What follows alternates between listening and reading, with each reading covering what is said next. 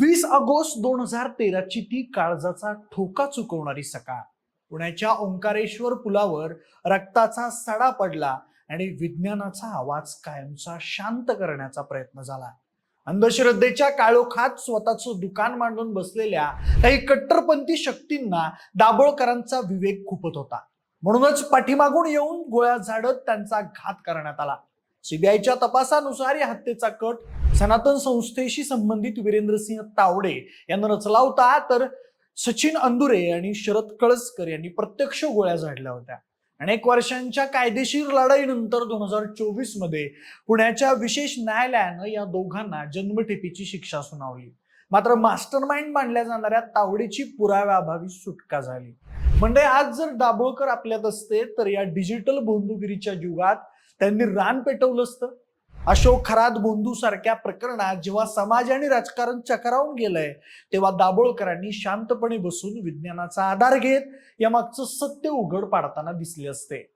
आजच्या काळात डॉक्टर नरेंद्र दाभोळकर हे का गरजेचे होते, त्यांचे असे कोणतं कार्य होतं जे आजच्या घडीला लागू होतं, हेच आपण या व्हिडिओच्या माध्यमातून जाणून घेऊयात. नमस्कार, मी प्रथमेश आणि तुम्हाला तर माहिती आपला विषयच भारी. म्हणजे आज महाराष्ट्राच्या सामाजिक आणि राजकीय पटलावर भोंदू बाबा अशोक खरात यांच्याशी संबंधित प्रकरणांनी जे वादळ निर्माण केले ते पाहता सामान्य माणसाच्या मनात श्रद्धा आणि अंधश्रद्धा याच्यातील पुसट होत चाललेली रेषा पुन्हा एकदा ठळक झाली आहे. 24 तासांच्या बातम्यांच्या चक्रात जेव्हा चमत्कारांचे दावे, राजकीय साठमारी आणि तथाकथित दैवी शक्तींचा वापर करून लोकांच्या भावनांशी वासनांशी केलेले प्रकार समोर येतात, तेव्हा महाराष्ट्राच्या मातीला एक नाव प्रकर्षानं आठवतं. ते म्हणजे डॉक्टर नरेंद्र दाभोळकर. अच्छा, या अस्वस्थ काळात दाभोळकरांच्या विचारांची गरज केवळ एका समाज सुधारकाची आठवण म्हणून नाही, तर समाजाच्या मानसिक आरोग्यासाठी आणि विवेकाच्या रक्षणासाठी एका सुरक्षा कवचासारखी भासताना दिसून येते.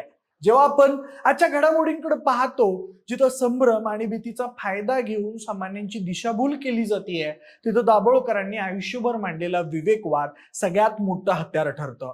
दाभोळकर नेहमी म्हणायचे की माणसानं प्रश्न विचारायला शिकलं पाहिजे. आज जेव्हा आपण अशोक खरात प्रकरणातील गुंतागुंत पाहतो, तेव्हा त्यामागं कुठंतरी सत्यापेक्षा बोंधूपणाचं आणि तर्कापेक्षा आघोरी कृत्य किंवा अंधश्रद्धेचं सावट जास्त दिसतं. अशा वेळी समाजाला हे सांगणारा कुणीतरी हवा असतो की संकटाचं निवारण हे चमत्कारानं नाही, तर विज्ञानानं आणि कायदेशीर प्रक्रियेनंच होऊ शकतं. दाभोळकरांनी मांडलेली अंधश्रद्धा निर्मूलन ही संकल्पना केवळ देवाधर्माच्या विरोधात नव्हती, तर ती माणसाला गुलामगिरीतून मुक्त करण्यासाठी होती. आजच्या या काळात जेव्हा लोक सोशल मीडियावरील अर्धवट माहिती आणि तथाकथित बाबांच्या प्रभावाखाली येऊन आर्थिक, मानसिक किंवा शारीरिक छळाद्वारे नुकसान करून घेत आहेत, तेव्हा दाभोळकरांची चिकित्सक बुद्धी हीच आपल्याला या दलदलीतून बाहेर काढू शकते. सध्याच्या काळात राजकीय आणि सामाजिक सत्ता केंद्रांकडून ज्या प्रकारे धार्मिक भावनांचा किंवा अंधश्रद्धेचा वापर स्वतःच्या फायद्यासाठी केला जातो, त्यावर दाभोळकरांचे विचार चपकल बसतात. त्यांनी नेहमीच सत्तेला आणि धर्मांधतेला प्रश्न विचारण्याचं धाडस दाखवलंय. आज जर दाभोळकर असते तर त्यांनी या प्रकरणातील बोंधेगिरी उघडी पाडण्यासाठी पुढाकार घेतला असता. त्यांनी लोकांना हे पटवून दिलं असतं की चमत्कार हा विज्ञानाचा भाग नसून तो केवळ एक हातचलाकी किंवा मानसशास्त्रीय खेळ आहे.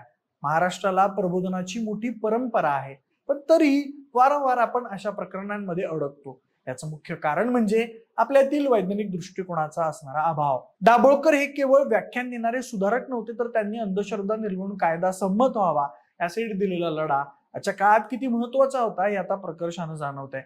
या कायद्यामुळेच आज अशा बोंधूगिरीवर कायद्याचा वचक बसणं शक्य झालंय. अन्यथा या प्रकरणांची व्याप्ती आणखी भयानक असते.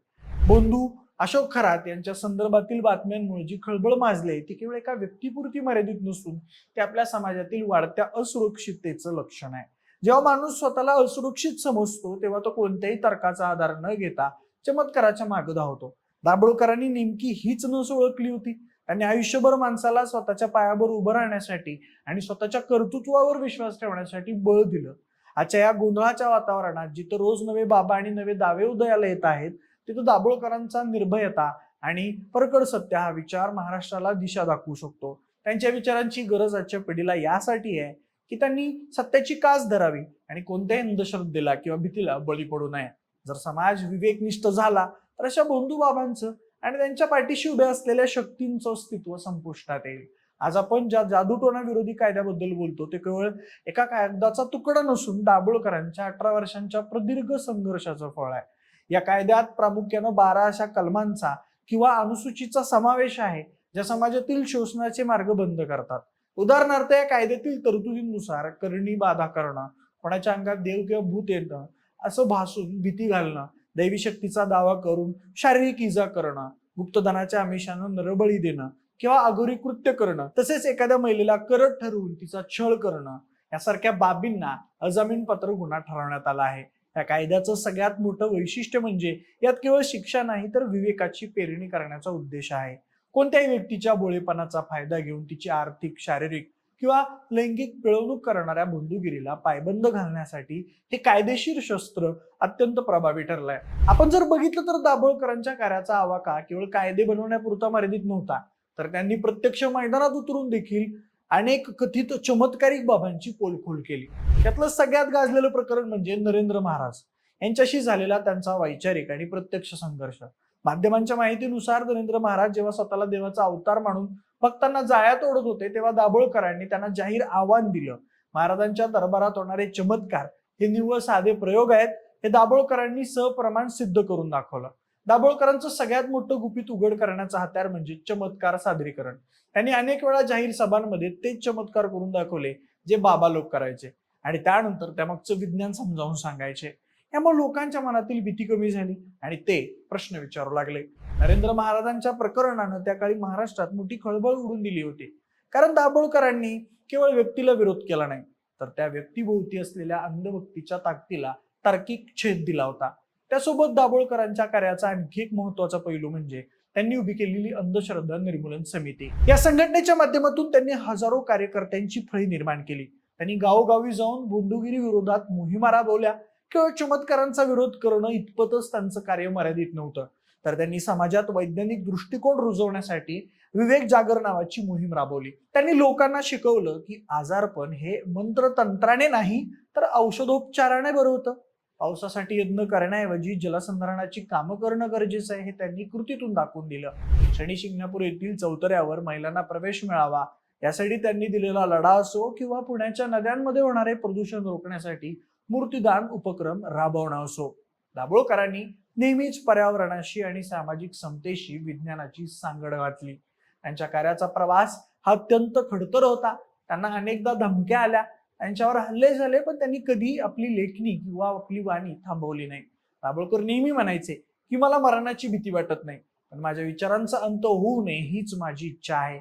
आज जेव्हा आपण समाजात धर्माच्या नावावर होणारी हिंसा किंवा बंधुबाबांकडून होणारं शोषण पाहतो तेव्हा दाभोळकरांची आठवण येते. शेवटी डॉक्टर नरेंद्र दाभोळकर हे केवळ एका व्यक्तीचं नाव नाही तर ती एक विचारसरणी आहे. आजच्या अस्थिर काळात जेव्हा सत्याचा गळा घोटण्याचा प्रयत्न होतो आणि असत्याला दैवी स्वरूप देऊन मिरवलं जातं तेव्हा दाभोळकरांचा शांत पण खंबीर आवाज आपल्याला आठवतो. महाराष्ट्र हा शाहू फुले आंबेडकरांचा आहे असं आपण अभिमानाने सांगतो, पण या वारशाचं रक्षण करण्यासाठी दाभोळकरांनी दाखवलेला मार्गच आपल्याला खऱ्या अर्थानं आधुनिक आणि प्रगत बनवू शकतो. आजच्या या बंधुखरात प्रकरणाच्या पार्श्वभूमीवर दाभोळकरांच्या विचारांची मशाल अधिक तेजानं पेटवणं हीच काळाची गरज आहे, जेणेकरून भविष्यात कोणत्याही सामान्याला अशा बंधुगिरीचा बळी ठरावं लागणार नाही. बाकी मंडळी, दाभोळकर आज आपल्यात असते तर त्यांनी काय केलं असतं? महाराष्ट्रात बंधुगिरी वाढली आहे का? याबद्दल आम्हाला कमेंट करून नक्की सांगा. सोबतच आपल्या विशेष भराच्या युट्यूब चॅनलला सबस्क्राईब करायला अजिबात विसरू नका. धन्यवाद.